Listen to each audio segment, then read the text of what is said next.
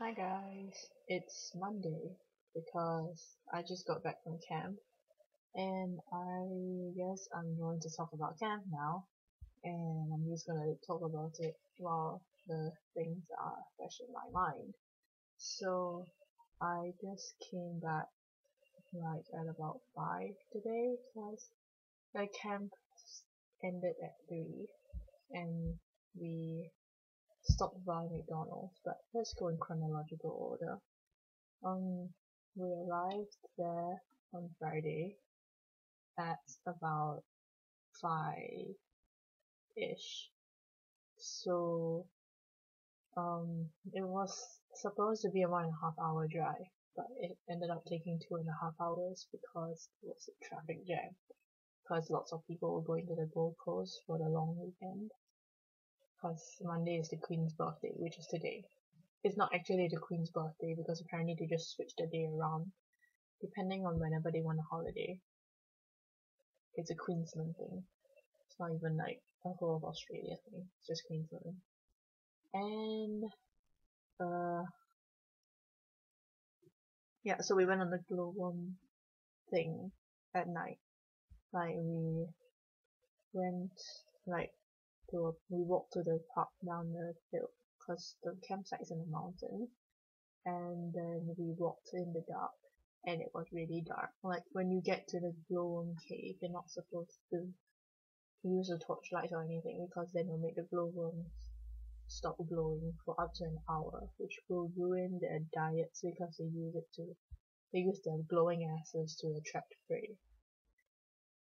And then Saturday was the day we had lessons, Bible study and stuff.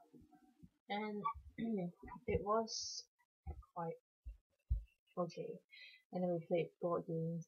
Yeah, so it's a church camp, but um I guess going in a chronological description of it isn't very exciting, so let me just tell you a bunch of like good things that happened, which was that I got to know a lot more people. So among the youth, I generally know everyone, like by name at least.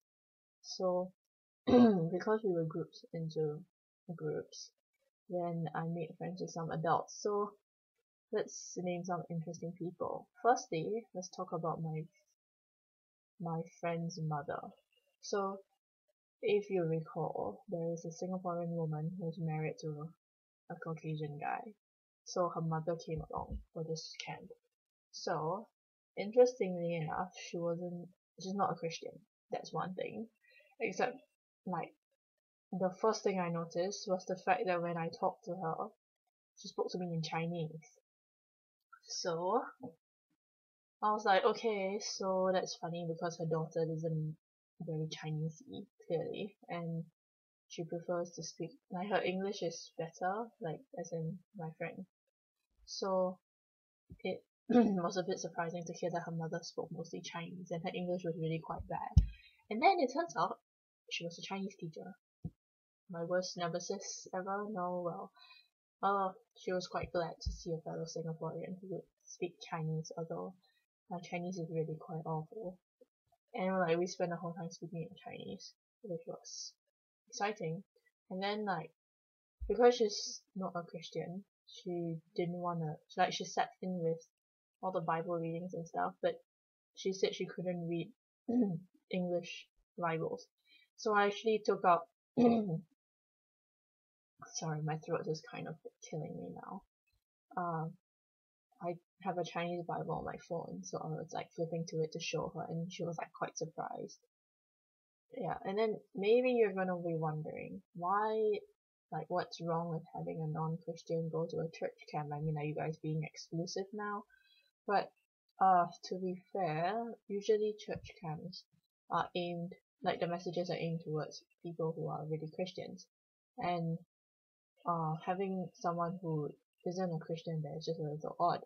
But to begin with, like she didn't know anyone there other than her own daughter, and like she doesn't really know her son-in-law that well, and they have difficulties communicating.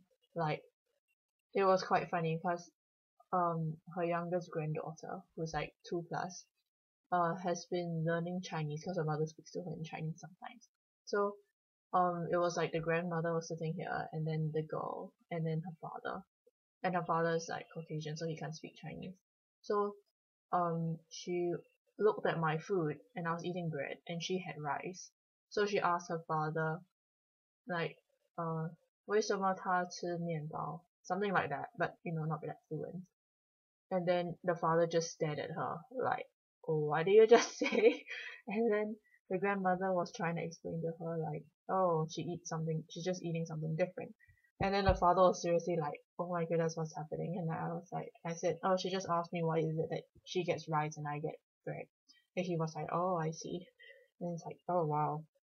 And then the grandmother like told the girl, like, 爸爸不明白华语 or something like that.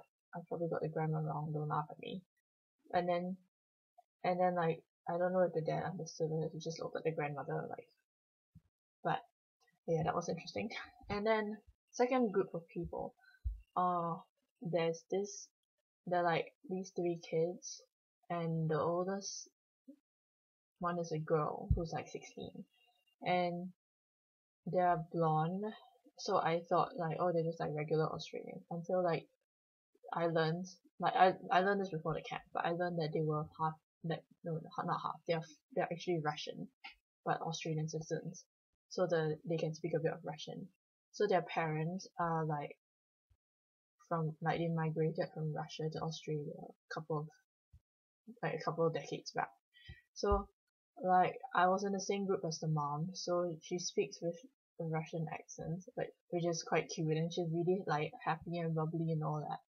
And she's motherly and caring and all that sort of thing. And it was nice to talk to her. And then her husband is like this dark, brooding guy, and then he looks like a Russian Jeremy Renner. Like, I don't know if that mental image makes sense to you, but like basically he has a nice, sharp, prominent, narrow nose, and his hair is like short and peppered with white and grey. But and then like he's always wearing this black hoodie, and he's always like sitting in a corner and frowning. So like one day my friend was sitting next to me, and she said like, don't you think he looks like some Russian mafia guy? And I said, let's be honest, he looks like he could have trained the Black Widow himself. And then she just laughed and gave me an incredulous look. Yeah. And then what else interesting happened? We did this thing on Sunday night, which was yesterday night, where that the three Singaporean girls decided that, like, there were these, okay, there was three Singaporean girls, and then there was these two Caucasian girls, and then for some reason they started wanting to yell at each other, but in Chinese, except they don't know any Chinese. So what they did was they asked my two friends to translate whatever they wanted to say into Chinese, and then they would try and say it at each other. And the thing is that one of them is the sister-in-law of the one who's married to the Caucasian, and so she's actually been exposed to more Chinese because she's related to a bunch of half Chinese kids in it, and by marriage a Chinese lady. So she could actually pronounce things kind of okay, and then the other girl was just like having fun yelling stuff and mangling the language utterly. And then it was quite funny because she was trying to say something completely innocent. I can't remember what it was, and when she said it, it ended up sounding like she was cursing the other girl's mother. Yeah. And then we were like, the three Singaporean girls, including me, just gasped like, you just said what about her mother? And then like the girl whose mother was accidentally insulted was just like, you just insulted my mother? And then they started like just screaming at each other, but it was awful funny. And everyone was just staring at us like, what is wrong with these girls? Speaking of people staring at us and wondering what's wrong with these girls, on Saturday night, me and my friend taught a bunch of girls how to play Tai Chi and Go Fish and Cheat. Remember Cheat is the one that like you put up down the cards facing down, and like at first they were like, this is a church camp, how could we possibly play a game that involves lying? And then, so I was like, okay, that's great. Like, most of the time we don't really cheat anyway unless you're like chief or something. But yeah, so we were just playing, and then at first it was really normal. Like everyone was just putting things that sounded really reasonable. One king, one queen, one J, and then like it reached a stage where someone put two kings, then I put one king, and then the next girl put a king, and then after that the last girl put a king again. So that's like five kings. So I just like this was like so far nobody had called cheat or anything. So I just looked at her and I said cheat. And then she stared at me with her eyes widened. And then I just plucked a card. Flip, it was a 10. And then she started screaming about shrieking about how I was like picking on her. And then from then on it was so bad. Like every now and then it was just like someone screams cheat and then like flips over the cards and then hysterical laughter and screaming and how did you know and all this sort of thing. And then like this girl came along. She's like 21 or 22 or something. She was just like, I had to come over and see why you guys were laughing and giggling so much. And then after we explained the rules of the game, she was like, then after that she apparently did a mental debate about whether this game was considered morally okay. And after that she concluded that since it was for the purposes of the game, it's totally okay. Especially since the aim is to like reveal other people's lying. So she was like, yeah, I think it's okay. And then in the end the game actually ended after like 2 hours because one girl finally managed to clear her deck and nobody noticed that she cleared it, so she won. And then like instead of finishing to make sure like everybody cleared their cards, we just ended it right there and then. That was great. And yeah, so yes, I just checked my phone while I was on video. So today we finished camp at about 3, and my friend drove us back. And then the guys decided, well, not the guys, it's only like there aren't that many guys. And they decided we should like stop by a Macca's, which is Max. And then we actually stopped there, and I said, like I didn't bring my wallet out of the car because I locked my bag and I didn't want to bother unlocking it and taking out my wallet. So I wanted to ask my friend, like one of those people who was in the same car as me, if I could borrow money from them and then pay them back later when I got back to the car.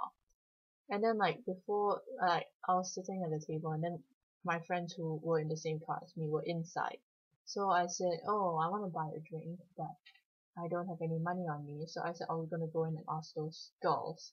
And then like there were 4 guys sitting there. So one of them was actually in the same car as me, but he didn't bring his wallet out, so he borrowed from someone else too. And the 3 guys, like one of them I have talked to him a few times, and 2 of them I have just already only spoken to one of them, and that was like many weeks ago, many months ago. And then I spoke to them again, like to both of them today for the first time. And then one of them just like gives me $5 without expecting me to pay it back. And I was asking my friend, who's a girl, like, oh, is that like I feel bad, like how am I gonna pay him back? And she was just like, it's just $5, who cares? Okay, anyway, life of a college student. Speaking of life as a college student, there were so many leftovers from camp that I now have like 2 bags of cornflakes, a bag of apples, oranges, and sweet potatoes and tomatoes, 2 packets of wraps, and a packet of muesli. So yeah, I don't have to go grocery shopping at all. So yeah, that was camp, and I guess it was kind of fun. And my exam is this Saturday for bio, which is why I'm gonna make this video now, which has already reached like 14 minutes. I will upload it on Thursday probably, and yeah, I hope you have enjoyed this very long monologue, and see you guys next week, kind of. Well, I'll be seeing your videos this week. Anyway, bye.